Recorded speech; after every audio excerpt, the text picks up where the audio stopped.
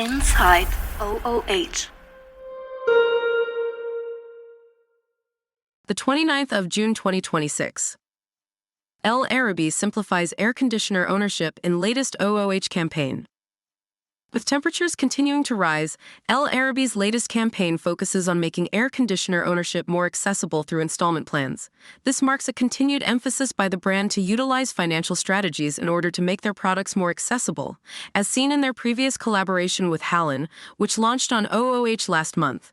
The campaign was featured in prominent locations across the busiest roadways of Greater Cairo.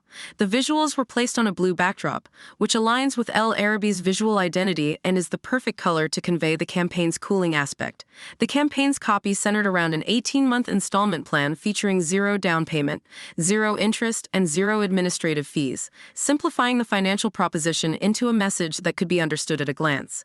The visual hierarchy was built around the campaign's triple zero-inch proposition, ensuring that the financial benefits remained the focal point of the execution. Araby's latest campaign demonstrates how brands can use OOH to simplify complex financial propositions into messages that can be absorbed in seconds.